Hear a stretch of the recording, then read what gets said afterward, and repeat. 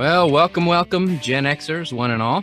We are excited to get started with a brand new year of podcasts and videos for our loyal audience. I'll talk about that all in a minute, but before I do, Ed, welcome back, man. Thanks. It's good to be back. I'm back. Right on. Well, we wanted to start with some just some quick updates.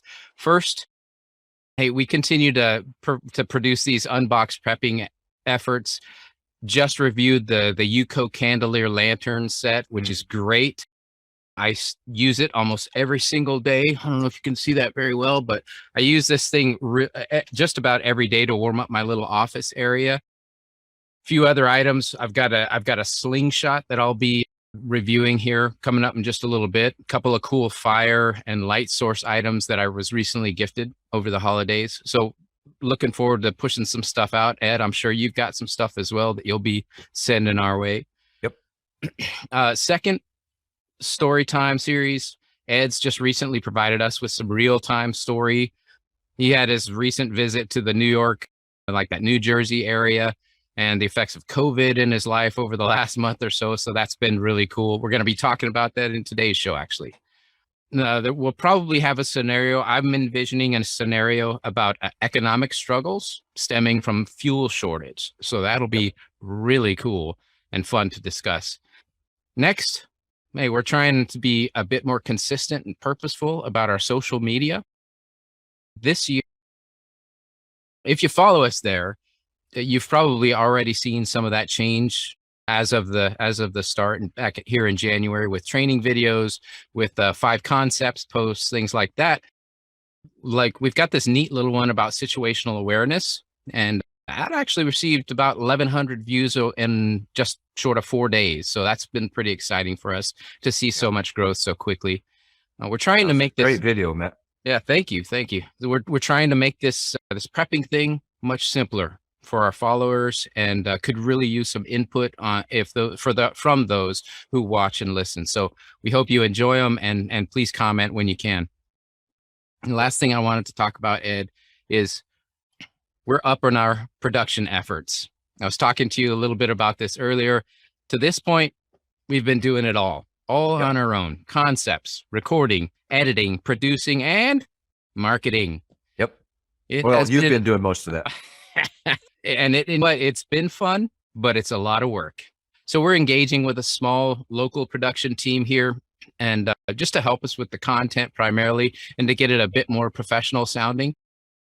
We're paying them to even go back through some of our older episodes and kind of clean those up and get some more professional sounds there. So that's going to be, I think, exciting for us to see. Please keep an eye out for it. So GenXTalkin 2022. Yeah.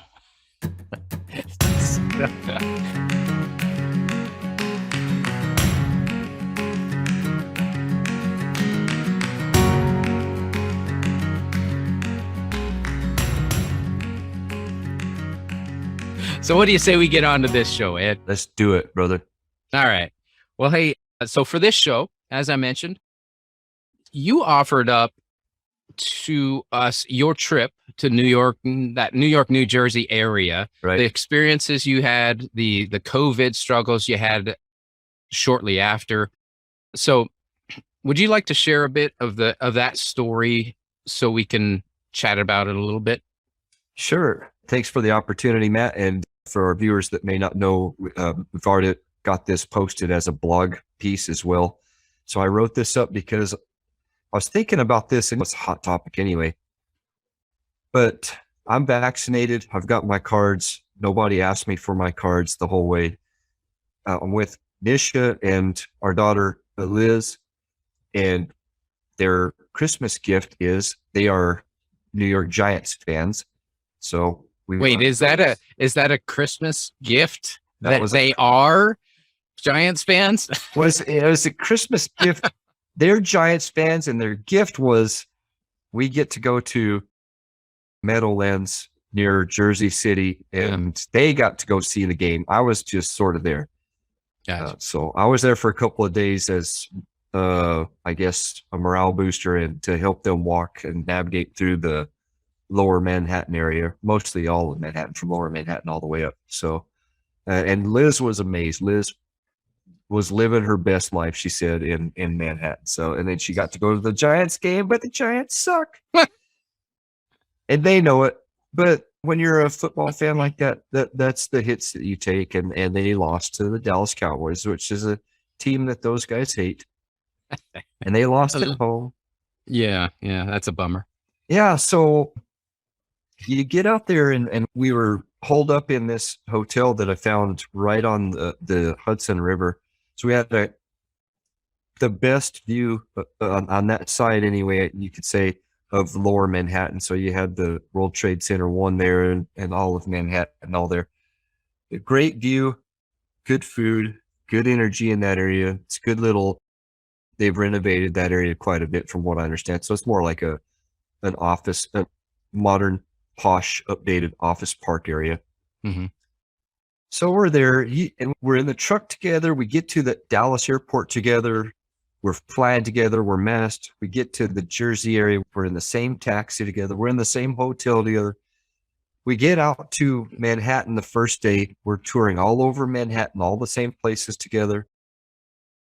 Long story short on this, we come back the same way. I'm the only one that gets COVID. I paused for COVID a couple of days later. So we came back on a Sunday. Monday night, I felt like I had a little bit of a sniffle. That was about it. Tuesday, I was like, okay, I think maybe a full-on cold or head sinus issue is coming on. Wednesday and Thursday, I was pretty down and out, but I continued to work from home. And Wednesday night, Nisha's nurse, she was able to secure another test. I tested positive like right away on one of the rapid tests. Boom. She's like, wow, that's the fastest I've seen it come back positive. You're positive. You got COVID. And I was like, well, dang. So it was Wednesday and Thursday. I didn't have a cough. I didn't have a fever. I didn't have a headache. I didn't have chills or body aches. I didn't have much of a sniffle or runny nose, a little bit of sneezing, and coughed a couple of times. It was mostly a lot of sinus pressure and ringing in the ears. And that pressure in my ears makes you lose your equilibrium a little bit. So that was for a little over 2 days. Friday, I started feeling better. Saturday, started feeling better. Sunday, better. I tested negative on Tuesday, and I felt 100%. And I was working out a little bit through the whole time too. So whether it was allergies, cold, flu, a sinus infection, or whatever, this was the lightest symptom event of illness I've ever had. So there it was. I tested positive, and then I tested negative. Over such a short period of time too. It's interesting. Within a week, I was negative and felt 100%. I'm talking 100%, like go out and go for a jog. But I was, and I put this on a recent TikTok, as I think Instagram as well, but I was tanking up on orange juice and vitamin C, drinking probably close to a gallon of water, plus a 2-liter bottle of Sprite and orange juice, doing a vitamin D, an extra little bit of that every day, a little bit extra vitamin C, and then the zinc quercetin. I did the dosage of this is 2 capsules, which is 22 milligrams of zinc and 800 milligrams of quercetin. And I felt like this was just wiping it out. I could just feel it flushing out. And I'm not plugging any particular brand. I'm just saying zinc quercetin seemed to help. The biggest thing for me is I'm a big advocate of staying healthy, because what's upsetting me the most about this whole pandemic situation is, number one, they're pushing the vaccine and a more expensive to the government that's paid for it vaccine on the United States, whereas it's the San Antonio team that is now trying to develop a cheaper version of a COVID vaccine so we can sell it to countries like India. So nobody's really pushing it too much over there. The whole vaccine and all the PPE and testing, purchasing push is mostly in America and the countries that have the money. So to me, it's not about safety. So I believe COVID is real. I'm vaxxed, and I believe the vaccine is beneficial. But the other big thing for me is that nobody's pushing to be healthy or stay healthy. And that's, I think, part of the preparedness thing. I'm like, dude, try to eat at least a little bit sensible, and maybe take a vitamin, drink some fluids, try to work out a little bit, even if you're just doing yoga or stretching or whatever. Being healthy and eating right eating a little bit healthy, not just like candy bars and Cokes all day, and not having the comorbidities, you're like, Did you by any chance hear the recent note from Walensky, the CDC head, and her response when I think it was Congress asking the question, so if you took that 800,000 people that have died since the beginning of COVID, and you really got down to the heart of what caused the death, what caused it, not the fact that they had COVID at the time, she admittedly said over 75% of those had at least 4 comorbidities. yep, Overweight, diabetes, leukemia, whatever. asthma. They had something that caused them to die, and they just happen to have COVID, so we mark it as a COVID death. Somebody recently asked me during a work meeting, we were going around the room and everybody was trading off their story. What is one thing that your dad used to say that really stuck with you? And for me, it was, I told him, my dad said, the truth is always known. He said that was a biblical quote, but I can't find exactly what passage in the Bible says that specifically. Right. We've known this the whole time. The truth is always known. Everybody knows the truth. They're pushed with so much propaganda, information operations conducted primarily by the likes of CNN, which is not about the news. And I asked people on my Facebook, which is a lot of family and friends and colleagues and associates. It's like 1,500 people now, about a year ago. And I asked the question, do you think the news is more to inform or influence? Everybody said influence. Absolutely. It's not to inform you. No. Like if you get your information from good information sources, which is one of the topics you're going to talk about more on those situational awareness kind of things, get your information from credible sources. Like one of your sub bullets was, hey, all this other stuff is not information. It's political discussion. The likes of Chris Cuomo and Don Lemon are all about is just pushing out a bunch of their own opinion and vitriol, which is guided by the people who own them. Pundits on the right, they've been pushing a lot of this. Oh my gosh, CNN had a dramatic, like a 90% reduction in their viewership over the last year. And they should. But it's interesting because if you pay close attention, you compare prime time and you compare the big ones, then they compared Fox News, MSNBC, and CNN. All 3 lost viewership, all 3. However, CNN lost the most, of course. Yep. And they kept claiming it was because of the bad press from Chris Cuomo. And I think the that bad press from Joe Rogan. That's probably a big part, right? Who would he have on there? The doctor fella from CNN, and he basically said, look, you're spreading false information here. Shouldn't you apologize to the public? And he apologizes on Joe Rogan's show, but then and then flips the script when he gets back onto CNN. Because he's owned by CNN, which is owned by the FDA or whoever. You'll have those video clips where it's like CNN this or CBS Good Morning America this or whatever it is, brought to you by Pfizer. Yeah. So some people are saying, they're really not making that much money. Well, they're not altruistic. They're not doing it for nothing. So somebody somewhere is making money. Trust me. I don't believe in altruism too much, but I do believe there's certain people out there like you and I, we're not making a lot of money. This is fun. It's a little bit entertaining, but we sincerely want to just push out good information out there to try to help anybody. And it doesn't matter who you are. I don't like Fox either. I think The Hill and a couple of other news sources are a little bit more factual as far as their veracity and truthfulness and credibility, reliability, and lack of bias.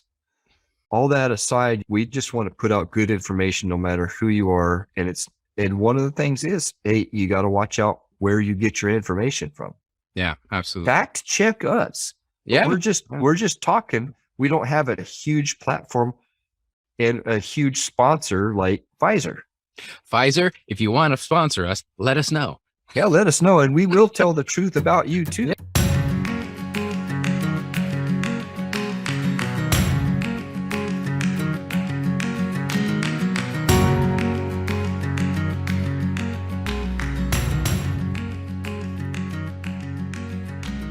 it's weird to me because on the Jersey side, there's different ways you can get it, obviously, into the Manhattan side. Yeah. So you can go by ferry. It costs like $20 or something like that, and it takes like 8 minutes. You can go by the subway. I think it's $2.27 or something like that, a ticket each way. And that takes about 7 or 8 minutes. But it puts you right at almost underneath World Trade Center 1, right there by the mall. They got a little mall there now. Yeah.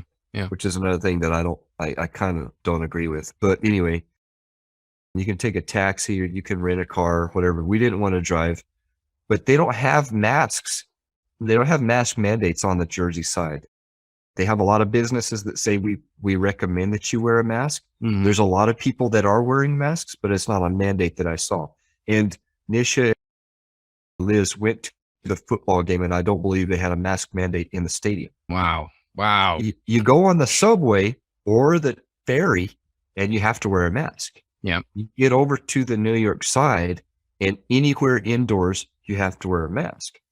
So it was like it was across most of America, except Texas and Florida, where you go into a restaurant with a mask on, and they sit you down and give you a glass of water, and then you can take your mask off. And I was like, this really helps. Yeah. What's the point?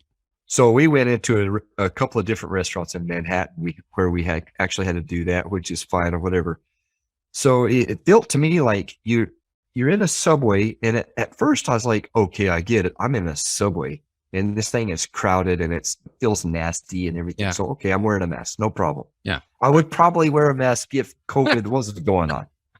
Yeah. For parts of New York City, you probably should wear a mask outdoors, even if COVID wasn't going on, because we were there for trash pickup day. No, that is nasty. So you got piles of trash Yeah. right on the streets. And I'm like, oh my God, I've never been in Manhattan with this nasty before. But here come the trash trucks. I'm like, oh, it's trash pickup day. And there's all this trash on the streets. But on the streets, you don't have to wear your mask. So we walk like, I don't know how like 45 minutes or so. We walked a few miles before we got on another. We finally was like, look, we're running out of daylight and we want to get to Central Park. Mm-hmm. You get to Central Park from the southern end of Central Park through a little bit south of the Rockefeller Center for several blocks. It's like shoulder to shoulder people. I'm talking like thousands, if not tens of thousands of people, most of them not wearing masks. Yeah.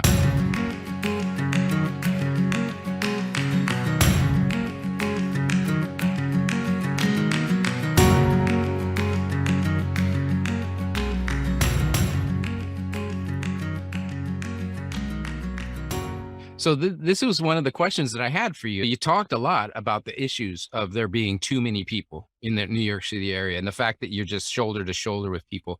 And yet you've gone back multiple times. You've been there, what? I think you said like 5 or 6 times, something like that. So what in the blazes keeps you going? That's a question that I asked myself. I don't like the area. I've been there a couple of times to see it.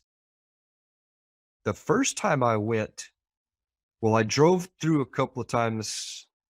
I never stayed in Manhattan, but a long time ago when I was driving a truck cross country, we had a partner in the Massapequa Park, Long Island area that usually bought a couple of the handicapped minivans, and I'd have to drop them off over there. So I'd have to go through New York City one way or another, sometimes through Manhattan. I wasn't supposed to drive through Manhattan, but I ended up getting stuck there once. One time I went through Staten Island, I think. So those times I basically traveled to the Massapequa Park area because I had to. It was work. Mm-hmm. The next time was we were training in Fort Dix, New Jersey.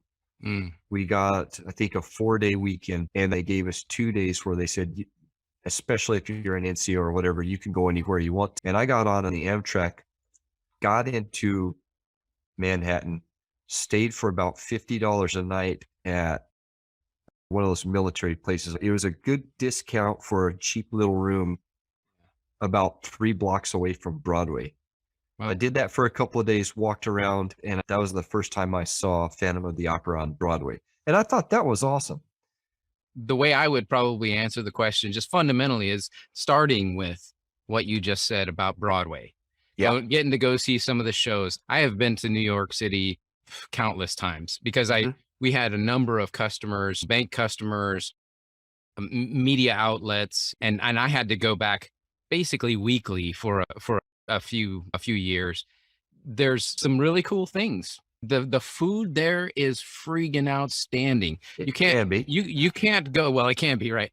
Yeah. You can't go to a place and have horrible food unless you go to a chain restaurant. But if you go to you're just walking down the street and you see a little antipasta place there and you just go, I wonder what that's like. You walk in and you go, oh my gosh, this is the best food I've had in years. So I think from a food perspective, from an entertainment perspective, from things to do late into the night, there's probably better cities, but I've never seen one. But I do not go to New York City by choice. My wife and daughter have asked me to go many times, even when I had a really just a great friend, actually Travis. And when we did the New Year's Eve show, he lived there for 7 years, and he lived in Manhattan some of the time. Most of the time he lived in Brooklyn. So there are things that you can do there. You made a comment in your blog post. I don't see why people live there. And honestly, I think it's because they can't get out. Yeah, and there's those people that ultimately they figure a way out and they want to because they're like, if they ever travel outside of that city very far or get out to wide open areas and see the amount of space and the amount of opportunities that there are in other areas, Texas and other areas have some serious issues as well. Like we've got some small rundown towns, or you're not going to move there because there's no opportunity. I mean, what is there to do there? Yeah, that's right. If you're used to the nightlife of New York City and you move to Aztec, New Mexico, it's going to be quite a shock. It's going to be like, what just happened to me? Yeah. I was talking to a lot of people out there, and I asked them on both sides, Jersey and New York side. Yeah. And I said, no offense or anything. I like visiting here once in a while, but how do you live here? And there's some people that like it.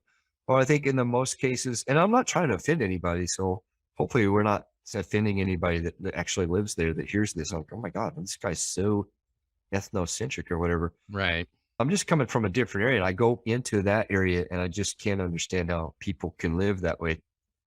And I've been to other bigger cities like Rio de Janeiro, Beijing. I told friends a long time ago, I don't see myself ever living even in Dallas, but we don't live in downtown Dallas. And I would never live in downtown or even uptown Dallas.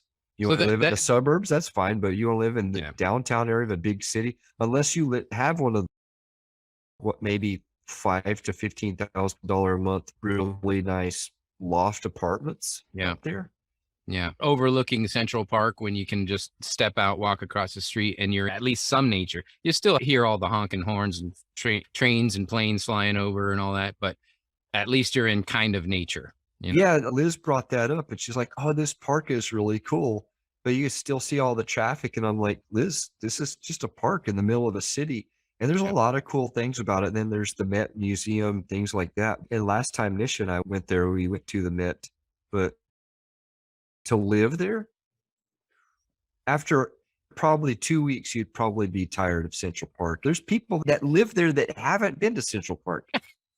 I got to tell you, that happens anywhere. There's people who live right next to the Smithsonian in DC and still haven't gone to the Smithsonian. It's a choice that we make as humans not to even observe the things that are right around us.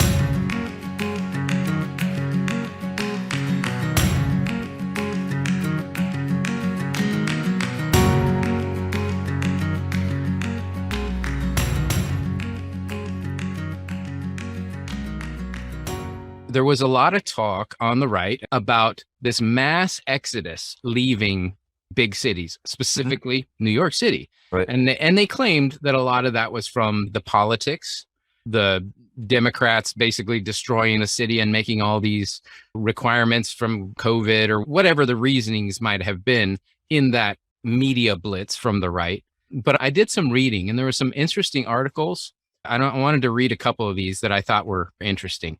Sure. I think it was In 2021, about 1,000 people. This is from move.org, not moveon.org, move.org. So it's all about the moving industry. Okay. Okay. They did an investigation, talked to 1,000 people. Of the 1,000, 20% moved in the year in 2021. Of that 20%, almost 40% cited political reasons. That's crazy to move for that. That's interesting, right? But it does tell you that there is around a third of the people that are moving because of political type of things. Continuing on with that, the other areas, 37% cited lower taxes, 38% climate change. These are all still political issues. These three, right? Taxes and climate change are lower living costs, still a potentially political issue. Most of these are political issues. So 20% of Americans who move, statistically, 20% of them moved because of political type of things, which is incredible. Well, it's really interesting. And the people that I did ask, there's a couple of people that said, I'm getting out of here as soon as I can. And they did cite political reasons. They specifically pointed to the mayor. They specifically pointed to things about COVID. They're like, this COVID stuff, we just can't take it anymore. There were a couple of people that I talked to about that. I think a lot of the reason why they stick around is it's like many people, they know it. I'll never leave. I'll never leave New York City because I love it and there's so much things to do. And they love their ethnical stuff that's going on around the area.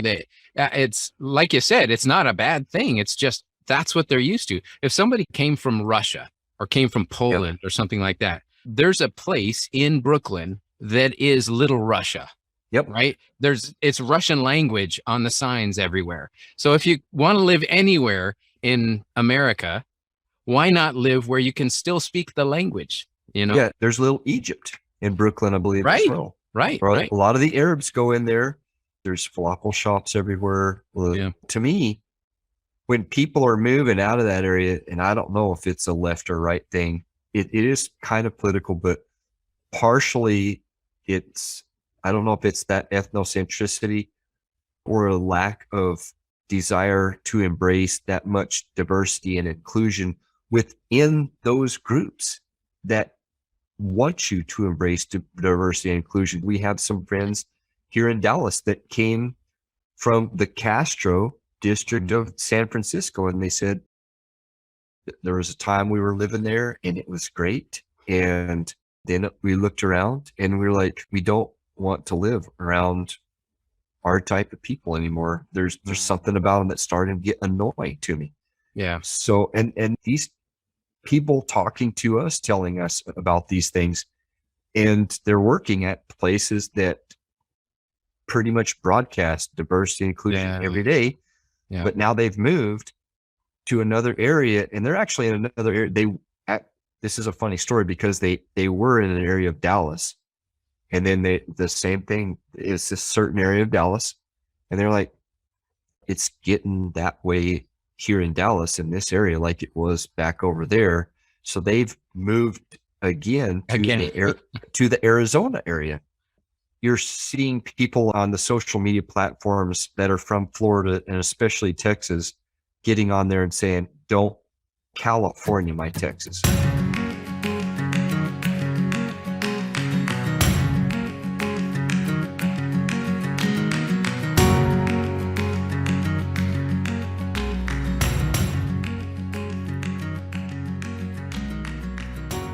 So anyway, there's my thing about COVID. I went to New York and I got COVID. Well, you also got to see one World Trade Center too. So there you go. That was the second or third time seeing the 9/11 Memorial, World Trade Center 1, all that area. And Mission, Liz got to ice skate, and Liz had a blast, and they got to go to a football game. So it was a win-win situation, and the silver lining behind every cloud is I caught COVID. They didn't. I kicked it, so maybe I've got a little bit more immunity. Yeah. I don't think I'm going to get the booster. I don't, unless things keep getting really crazy. I think COVID is going to be like weapons of mass destruction in Iraq, or back in the day. Even before 9/11, Bush wanted to go into Iraq, and the troops were starting to get anthrax vaccinations for deployments to the Middle East. And we got 5 anthrax vaccinations. It was mandatory. Nobody said anything supporting us then. We all had to get it if we wanted to stay in the military. There was no political discussion about it. Yeah. And we deployed to Iraq, and whatever good or bad you want to say about Bush, the Iraq war was basic. Everything in Iraq was basically a pretext. It's a historical fact. There's no link to weapons of mass destruction. Saddam Hussein had no link verifiable to actual Al-Qaeda.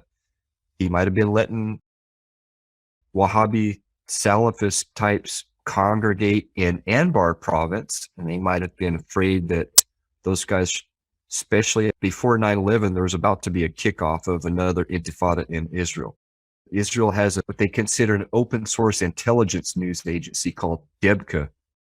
The Debka files, Debka. Mm-hmm. It's supposed to be started and operated by a couple of former Mossad agents. Just prior to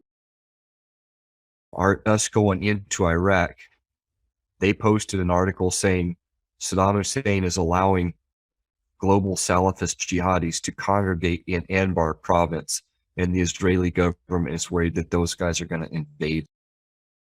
And the next thing you knew, we had Operation Iraqi Freedom, which some people say was going to be called Operation Iraqi Liberation first. And they said, no, wait a second, that spills oil.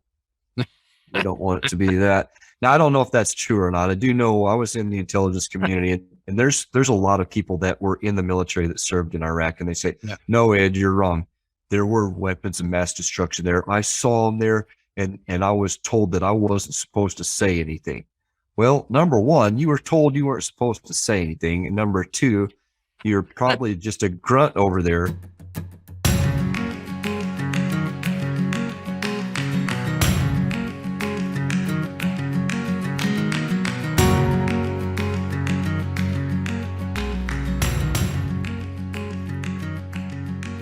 So one of my predictions for 2022, like you were going to bring up, is that the COVID thing is still not going to go away anytime soon, and they're going to probably try to push for at least an annual booster.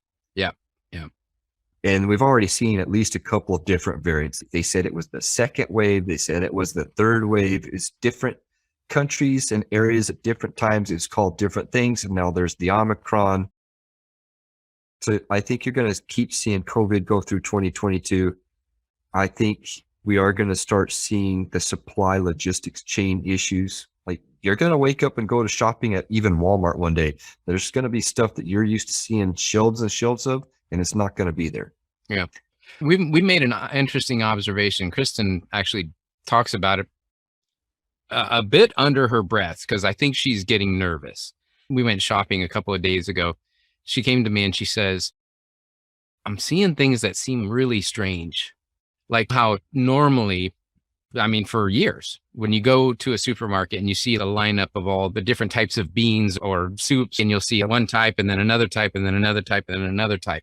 Now, all you see is 5 rows of the same type, only one can deep. They basically, this is a thing I learned in retail years ago. And that's basically just facing everything, right? Yeah. If you went out of one thing, you just move the other thing over, face it, bring it forward. So it looks like your shelves are full still. They're doing that. And it's interesting. There's a point at which they can't do that. Like Gatorade. I used to get cases of Gatorade because I used them for my workouts and post-workout. And I can't get a case of Gatorade anymore. Our little store, they haven't had Gatorade in probably a year. Occasionally you can get them at the bigger like Safeways and things like that. It's an interesting observation, because that is in fact an observation we've made here in Texas. But there's 2 things we noticed.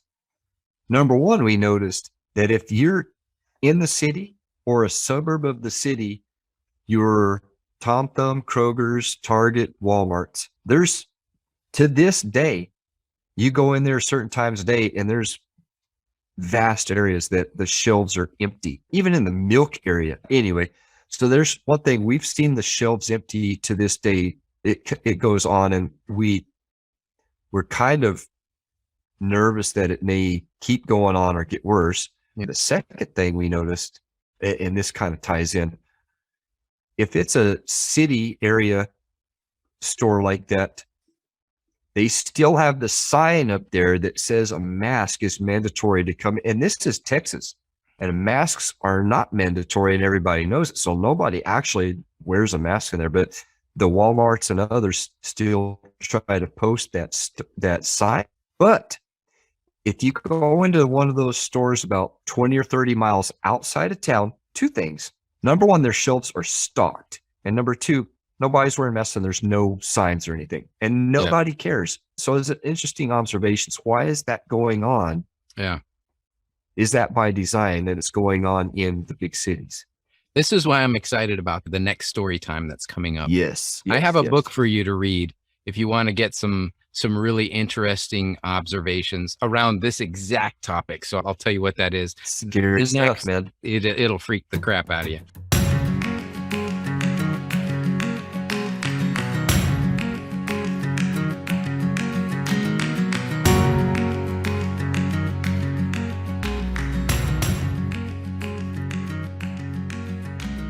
With options as they are in the New York City area, can you envision any way that the local government can do anything differently? Maybe not just related to COVID, but any other things. Well, I think safety should be getting better, but this was one of our trips where I felt the least. I felt there were just more thugs on the street. We were approached multiple times by people trying to scam us right there on the street. I've never had that happen before in Manhattan. So the public safety situation seemed a little bit sketchy. And I started wondering myself too, what can anybody in this area, even in government, how do we turn this thing around? It'd have to be a multifaceted approach. And it would take a lot of discussion and deep dive data analytics to try to find where are our pain points.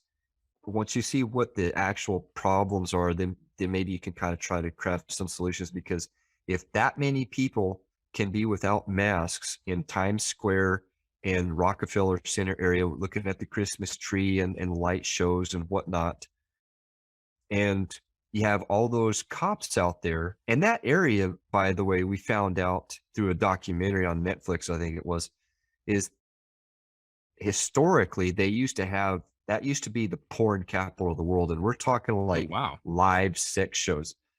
So I wonder if the New York City government and its enforcement type agencies could try to enact and implement some of the same policies they did back in the days of really bad porn when there was an AIDS epidemic going on. Yeah. So what did they do back then that worked, but isn't too restrictive to get public safety and the overall atmospherics and aura better in New York City? Probably try to do some of the same approaches. A little bit more focus on certain areas at certain times, combating drugs, vagrancy, petty crime. They're gonna have to enforce the laws that are already on the books. And how about if you stop restricting the Second Amendment so much and people can protect themselves? You need to be a little bit more self-reliant, enact a few of the same things you did to thwart what you saw as a vice with pornography and with the rise of the AIDS epidemic. Turned everything around, and 2 or 3 decades later. I mean, there was a point in time when it was Rudy Giuliani. He came in, and he actually enacted, if I remember correctly, he enacted the stop and frisk. And what was it? Broken windows concept. If you hadn't heard of it, basically it's if the police suspect the person of something, they will just simply stop and frisk the person. Some on the left saw that as a very racist type of thing, even though it wasn't just African-American or Hispanic or Puerto Rican or whatever that were being stopped and frisked. It was anyone that looked suspicious. But it cleaned up the streets very quickly. And Giuliani took credit for all of that. And broken windows. If they saw broken windows, they knew that if there are broken windows, that usually meant that something wrong was going on. And so they would go investigate it. Yeah, well, you got to take into consideration at a macro level, New York City is one of those UN Cat 5 urban areas, or whatever they're calling them now. In law enforcement, it's what we call a Haida and a Hifka. The whole region from about Philadelphia on the East Coast all the way up to Boston is actually a Haida and a Hifka. So Haida is high intensity drug trafficking area, and Hifka is a high intensity financial crimes area. And some of the problems is that because those areas are massive areas for migrant people to come in, whether they're on a student visa, migrant work pass, or whatever, those people are highly susceptible and vulnerable to a variety of exploitation, and they're going to get involved in things that are, the strings are pulled by small organized crime elements. Because you have a huge waterway and you have the railways and you have major airports, a lot of them exploited by major actors from overseas that are in Middle East criminal enterprises, Russian Vor or mafia networks, Armenians. You have a major urban area where you're going to have major exploitation and petty crime situations. So somebody somewhere is going to have to step up. And one of the problems that's been perceived anyway is that most of these police officers are white, blonde-haired, blue-eyed Boston Irish Catholics. The police department has embraced a huge amount of diversity. Almost all the cops that we saw and talked to over there were non-Caucasian now. If you still apply and enforce the same things you did, it doesn't matter whether you're male, female, black, white, gay, straight, Russian or Egyptian, Tunisian, South African, whatever, all of those people are going in those areas. And there's two types of people. There's traveling companions and there's useful idiots. And somebody somewhere is going to be getting hurt, scammed. Sweet dreams are made of these. Yeah. Who am I to disagree? Travel the world in the 7 seas. Everybody's looking for something. They try to thwart a lot of that problem with the demand reduction exercises and training. And you go to school and everybody's trying to go through drug awareness resistance education and gang resistance education and training, all this kind of community oriented policing. And that actually partially works. So just keep doing community oriented policing, information operations where you're giving people good information about how to avoid human smuggling scenarios, human trafficking scenarios, drug scenarios. Information is key. In the age of information, ignorance is a choice. Yeah, for sure.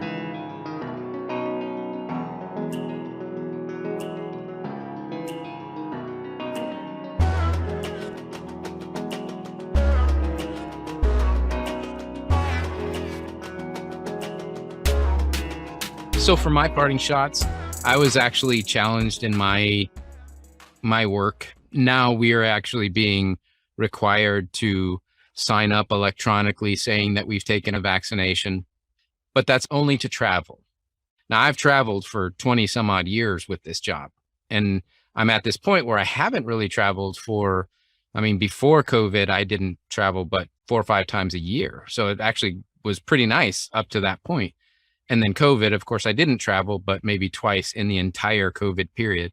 But I got asked to travel recently in March, and they said, in order for you to go take part in this, not only do you have to go through our electronic submission that you are vaccinated and when you are vaccinated, but you also have to identify to a third-party company that you're vaccinated and to the company that you're going to be visiting while you're there that you are vaccinated. And I'm like, I'm sorry, but where does it stop?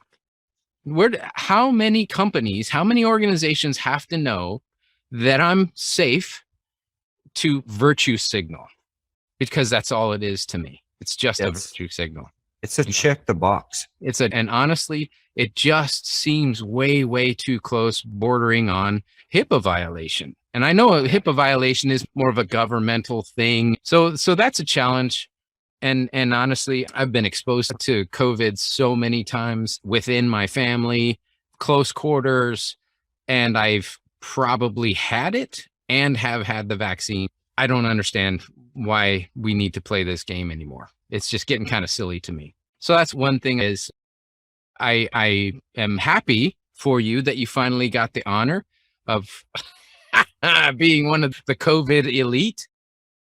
Because now, if you think about it, you are double protected, my man. You are, not only do you have this infamous vaccine, but you have all those natural antibodies. Yep. So you're like a badass. The last thing I would comment, there are so many other things that I actually got to find out about the population flow in and out of New York City. I found it interesting how if you read articles from New York itself talking about that mass exodus, they go, well, no, they're not actually leaving New York. They're going to Brooklyn, they're Queens, they're going over to New Jersey. So they're not leaving New York. They're just... If they left New York and went to Fort Lauderdale, they would say they're not leaving New York. Yeah, that's right. Fort York. It's like little New York down there. With that said, there's just so many things about the population movement that has happened and how people are justifying it one way or another. But the fact is, people are leaving the blue places for the red places. And I think there's a fear that those red places would be changed more purplish blue because of that. And so I think in general, from a political perspective, I think that's something that causes me a little bit of concern because I tend to lean more conservative. All right. Well, I think the trip to New York really helped to open my eyes as to really not just what's really going on, but how I feel about it and everything. There's an interesting parallel with General and then later President Dwight D. Eisenhower said, you got to be really careful with this rising military industrial complex. It just so happens that number one, the Pentagon and DoD is the world's largest single employer. I mean, that group employs more people than known organizations that push out Chinese migrant workers globally. Wow. And there's hundreds of thousands, if not millions, of Chinese migrants globally. A lot of people don't know that the military itself also used themselves as sort of a sociological experiment or petri dish. So they knowingly and willingly conduct these types of experiments where we did the all-volunteer force concept after Vietnam.